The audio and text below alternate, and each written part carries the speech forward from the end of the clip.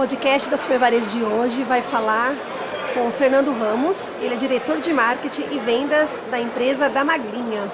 Fernando, como vai?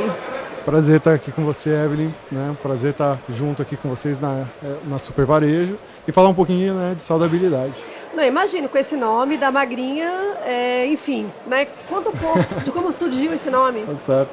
Pois é, apesar do nome, né, hoje até provocar alguns tipos de percepções diferentes, o nome vem de uma história familiar, né? Foi um casal que fundou e esse casal, seu Mauro, seu Celso e a dona Maura. E o apelido dela era Magrinha, sempre foi, né? E nossa empresa nasceu na Barra da Lagoa, em Florianópolis. E, como todo mundo se conhece, né, isso acabou fortalecendo. E quando ela começou a fazer as primeiras receitas, não tinha uma marca, né? Então ficou conhecido como os produtos da Dona Magrinha. E ali foi virando as delícias da Magrinha e até hoje a gente carrega o nome da Magrinha. Fernando, como é que você vê hoje o mercado de alimentos saudáveis no Brasil e dentro dos supermercados? No mercado brasileiro, a alimentação saudável só vem crescendo, né? Eu até costumo dizer que deixou de ser tendência, é uma realidade. E quando a gente fala do consumo, do hábito do brasileiro, do próprio consumidor, já está em todas as classes sociais. E o supermercado está muito atento a isso e veio também fazendo uma evolução da sua categoria. Hoje a gente vê uma preocupação de todos os supermercadistas em criar um ambiente de saudabilidade e que consiga atender bem tanto o shopper quanto o consumidor, né, dentro das suas sessões. E nós acabamos nos especializando nesse perfil de autosserviço, que é um pouco diferente a empresa de saudabilidade do mundo saudável, que pratica só nas casas especializadas, e a empresa que trabalha saudabilidade também genuína, mas também dentro do autosserviço. E nós estamos surfando bem essa onda de crescimento, essa evolução toda do mercado. Era isso que eu ia perguntar. Eu imagino que deva ser muito difícil você trabalhar. É muito tendência, muito se fala de alimentos saudáveis, mas vender no supermercado, né? Quais são os desafios de vender dentro desse canal? Coisas que a gente costuma dizer para tentar tirar um pouco da percepção um pouco distorcida a alimentação saudável, a gente precisa lembrar que ela começa desde o arroz, dos cereais que são comuns na alimentação brasileira, a parte das frutas, e com isso a gente traz uma alimentação saudável mais na sua essência e não somente dos produtos de alto valor agregado. E isso é o que chama a atenção do supermercadista. Porque um supermercadista que for trabalhar só produtos de alto valor agregado na sua seção de saudabilidade fica muito restrito, né, à sua localização, ao seu público. E quando você abre isso, então você tem famílias como granolas, biscoitos, vários cereais que são produtos que conseguem ter acesso em todas as classes. E isso é o que veio movimentando e trazendo. Hoje é uma grande preocupação a onda de saudabilidade para a família e a onda de saudabilidade para bem-estar, né? Não só para fim estético. E é nesse viés aí que toda a evolução aconteceu dentro do autosserviço. Você acha que a pandemia da Covid, ela trouxe mais dificuldades para a venda desses produtos? Ou ao contrário? Ou ela trouxe oportunidades? Olha, na nossa opinião, ela trouxe oportunidades, porque a gente viu que a preocupação de saúde dentro do consumidor foi o primeiro ponto pela leitura da Nielsen. Foram 74% de apontamentos dizendo que estão preocupados com a saúde na sua família. E essa saúde, a saúde de dentro para fora, né? Partindo da alimentação para trazer um pouco mais de imunidade. E a partir disso a gente conseguiu explorar bem. Então nós podemos dizer que nesse período a gente cresceu, a gente teve mais oportunidades e a gente vê um setor saindo da pandemia mais fortalecido. E em termos de perspectivas, para onde você acha que caminha o mercado de saudáveis no Brasil? O mercado de saudáveis no Brasil acho que tem grandes oportunidades aí de crescimento. O consumidor como um todo hoje tem se interessado mais por isso. Todas as classes têm tido um pouco mais de percepção, tanto de indulgência que é possível ter dentro do ambiente de saudabilidade, que era uma das coisas difíceis no passado. Hoje você tem excelentes produtos muito gostosos na área de saudabilidade, até a parte funcional mesmo, né? Que também acabou crescendo bastante. Então eu vejo que nos próximos anos a gente tem uma estimativa que o setor de saudabilidade pode crescer até 10 vezes. E tem outras questões que também vão começar a surgir na parte de legislação no Brasil. Recentemente teve a alteração da legislação de integrais, com critério um pouco maior. Tem uma outra legislação que está por vir, que é a questão dos selos de advertência nas embalagens, que vão sinalizar os produtos com alto em açúcar, alto em sódio, alto em gordura. Toda essa movimentação, que é uma movimentação, eu diria, global, já chegou no Brasil e tendem a trazer um pouco mais de ofertas dentro do âmbito de saudabilidade, tanto das empresas que são já tradicionais, quanto também das empresas que trabalham isso por sua essência. Então, eu acredito que esse mercado tem mais de 10 vezes de oportunidade de crescimento. Vocês estão no Brasil inteiro? Hoje a Magrinha está presente nos 27 estados, né? A Magrinha está presente em mais de 10 mil pontos de venda, então todos os municípios de grande relevância a gente já tem através de redes nacionais, e nós temos um trabalho grande também na área dos regionais, na parte sul e sudeste. A APAS justamente vem a favor de trazer essa movimentação para abrir para os outros estados, né, já que ela consegue trazer todo esse público, um público especializado, e que eu acho que a gente consegue hoje cativar de alguma forma. Qual o perfil, se você pudesse ver por região? Existe uma diferença do perfil do consumidor aqui no Sudeste, lá no Sul, sim, no Nordeste, ou eles são muito parecidos? Não, existe uma diferença sim.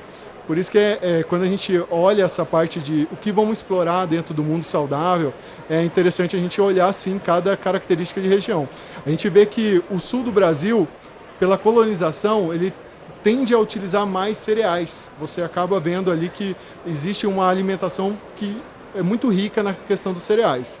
Quando você olha mais o Nordeste do Brasil, você vê que, por exemplo, a área de bebidas e bebidas saudáveis tem uma aceitação muito grande. E aí os produtos que trazem cross, né, de sinergia com esse âmbito, conseguem também ter um desempenho bacana. O interior do Brasil já é um pouco diferente. Então, o interior do Brasil você vê que o pessoal às vezes tem uma alimentação mais simples, e essa alimentação mais simples acaba trazendo a complementação dos itens de saudabilidade. Aí você vê que os snacks têm uma aceitação diferente, uma aceitação até maior lá. Nós temos hoje grandes nomes entrando nesse mercado, né? Gigantes aí, né? E vocês como uma empresa realmente nacional, né? Enfim, como é que vocês trabalham para bater, para poder posicionar os produtos, principalmente no supermercado?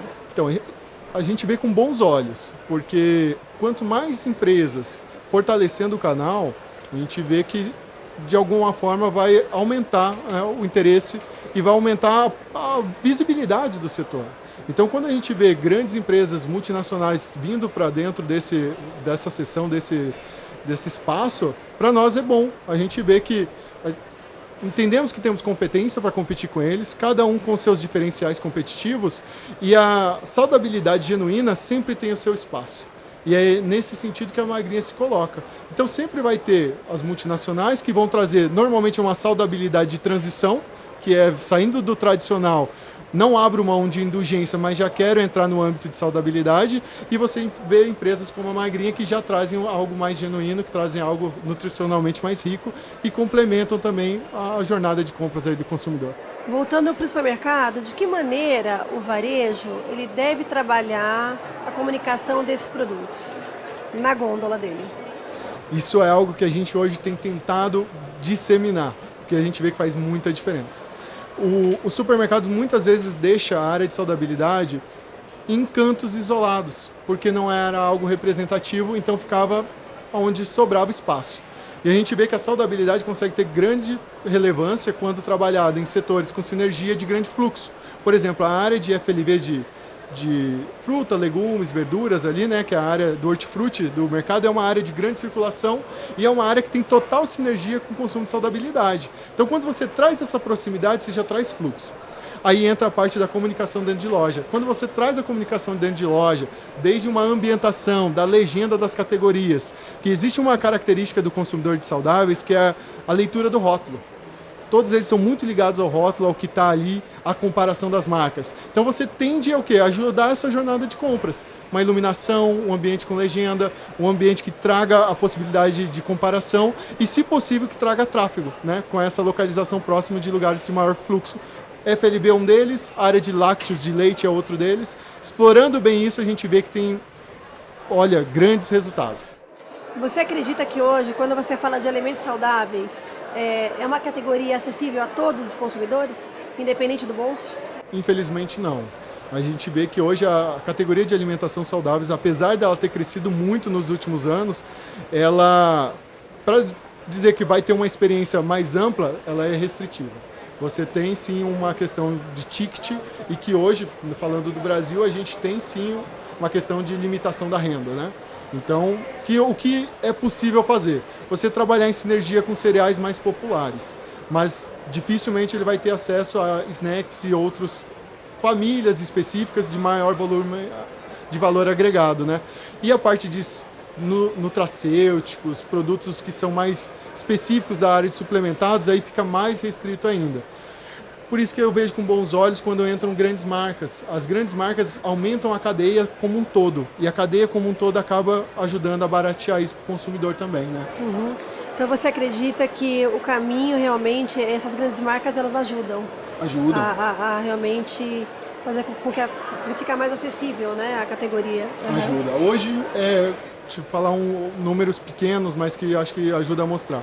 O cultivo, por exemplo, de aveia, que é um dos principais cereais na área de saudabilidade, ele não representa 5% do cultivo de outras commodities grandes, como soja.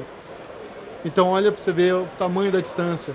E aí, quando você tem um estouro do valor da commodity, como aconteceu recentemente, por causa de China e outros, você vê o agricultor nessa dúvida, né? Poxa, vou usar a minha área para produzir algo que está muito demandado e está pagando bem, ou vou manter o que eu já vinha produzindo, né? E sofrendo, às vezes, as oscilações e tal. Porque dentro da saudabilidade, você também tem algumas coisas de rastreabilidade que são importantes, como a não transgenia, né? Como a questão de orgânicos. E isso tudo, quando você vê uma demanda maior que as multinacionais e que o próprio varejo pode ajudar, acaba motivando, né, a trazer mais oferta, acaba motivando a ter um pouco mais de cultivo, a que essa cultura seja mais ampla e de alguma forma o consumidor tem isso lá na ponta, o reflexo do valor mais baixo, né, mais acessível. Entre as categorias, quando a gente fala de bebida, snacks, qual hoje você acha que está mais assim, mais próximo do consumidor, de forma geral, de quem já consome alimentos saudáveis? Olha, eu acredito que a linha de biscoitos é uma linha que hoje tem crescido bastante e tem muita oportunidade para se aproximar mais com o consumidor. Mas dentro da linha eu diria que mais comum é a parte matinal, com as granolas e os cereais, a aveia principalmente. O Brasil consome muita aveia no café da manhã, em seus mingaus, né, e outros culturalmente espalhados aí pelo Brasil. Mas eu acho que a linha de biscoitos vem ganhando bastante força nesses últimos anos e tem uma oportunidade enorme, uma vez que é um dos segmentos que mais atinge a população. Se eu não me engano, está em 99% dos lares. Ele tem mais penetração até do que café, do que arroz, é uma coisa incrível. E todas as classes consomem, né? Então acho que isso, para os próximos anos, tende a ser a principal aí. Fernando, muito obrigada pela entrevista. Muito obrigado, foi um prazer. Eu acabei de conversar com o Fernando Ramos, ele é diretor de marketing e vendas da empresa da Magrinha. Até a próxima, Fernando. Prazer.